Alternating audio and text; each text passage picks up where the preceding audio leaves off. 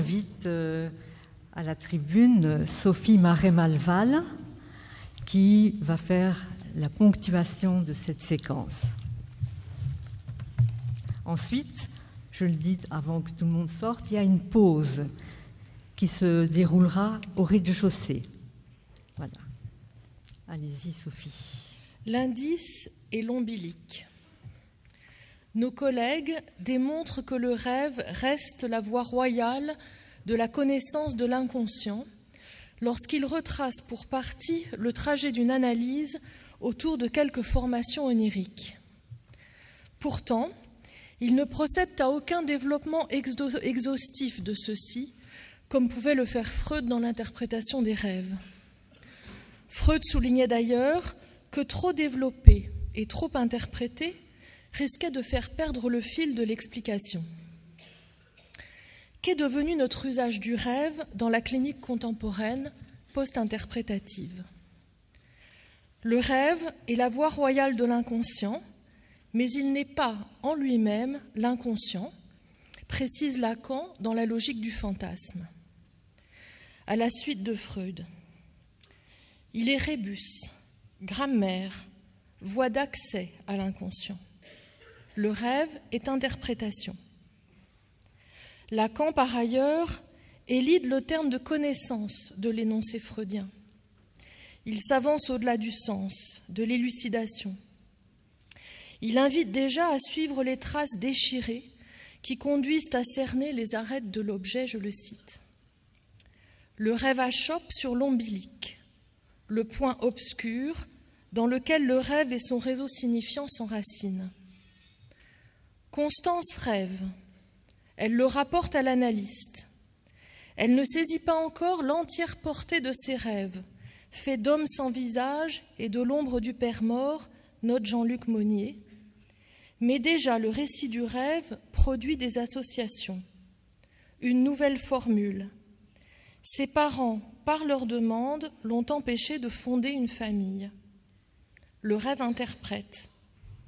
Ainsi, Constance peut-elle se trouver abasourdie à la suite d'un cauchemar dans lequel elle se reconnaît comme assassin, par lequel elle réalise qu'elle a fait de son père son unique partenaire.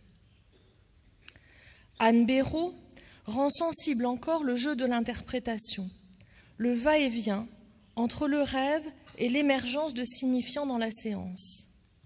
La coupure sur le signifiant ébloui produit un rêve, qu'Abel déchiffre comme la menace que faisait peser son grand-père sur sa fécondité. Anne Béraud fait résonner les signifiants, dévorer, être dévoré.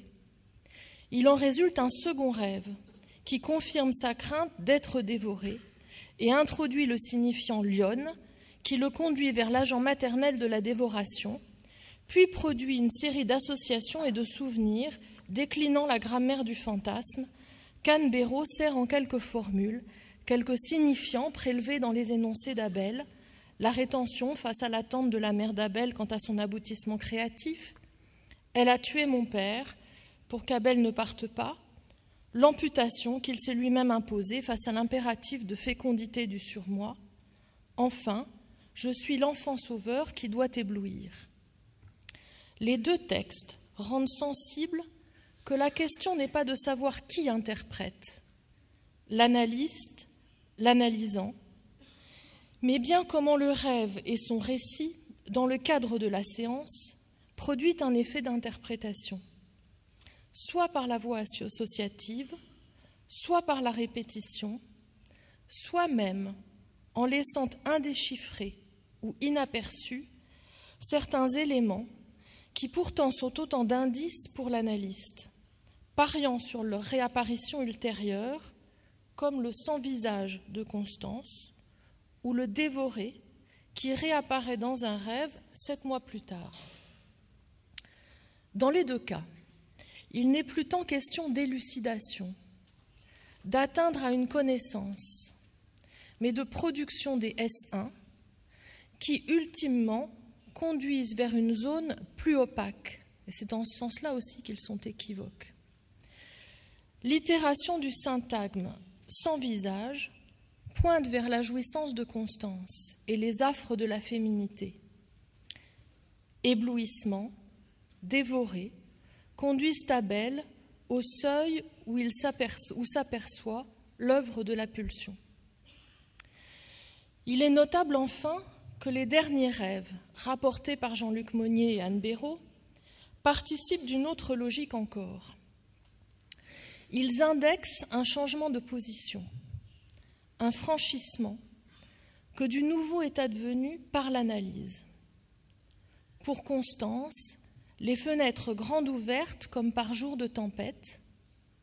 Pour Abel, l'ami mort qui renaît, le rêve qui lui dit « tu n'es pas mort » et qui lui confirme son réveil.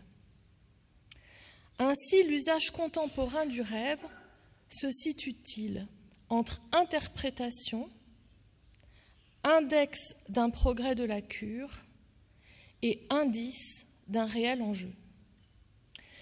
Il suffit parfois de le rapporter, dans le sens où il est déjà interprétation.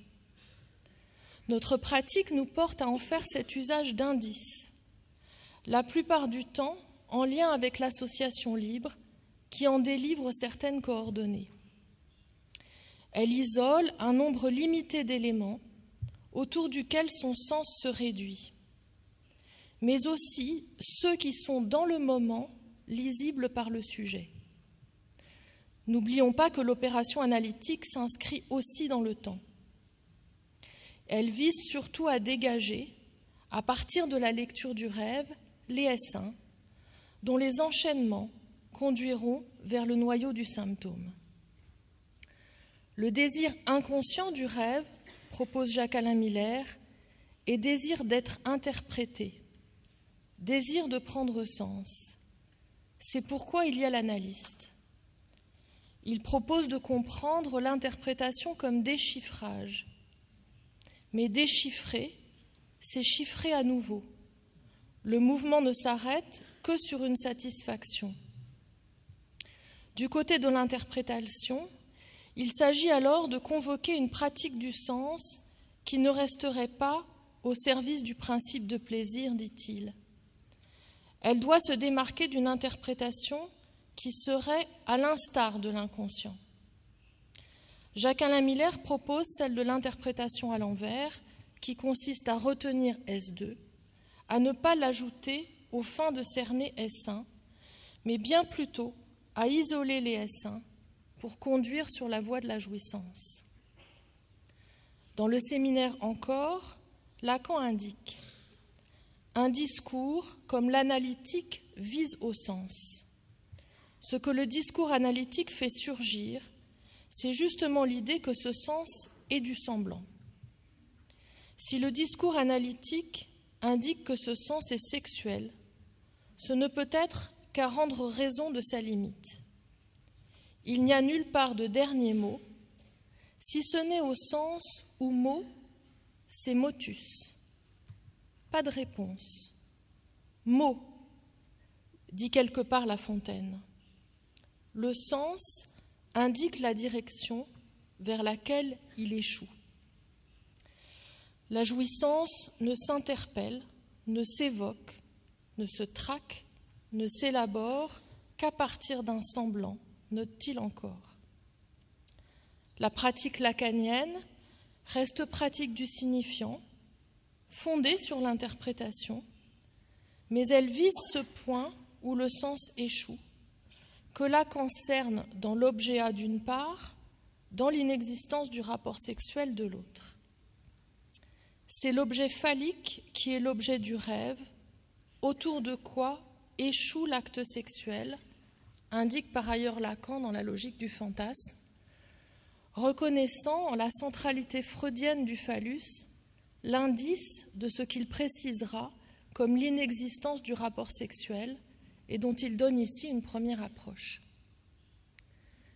Les deux textes illustrent comment une pratique contemporaine de l'interprétation qui vise à détacher, isoler les S1, peut ainsi prendre appui sur le rêve aux fins de s'approcher de son ombilique comme indice du réel œuvrant pour le sujet.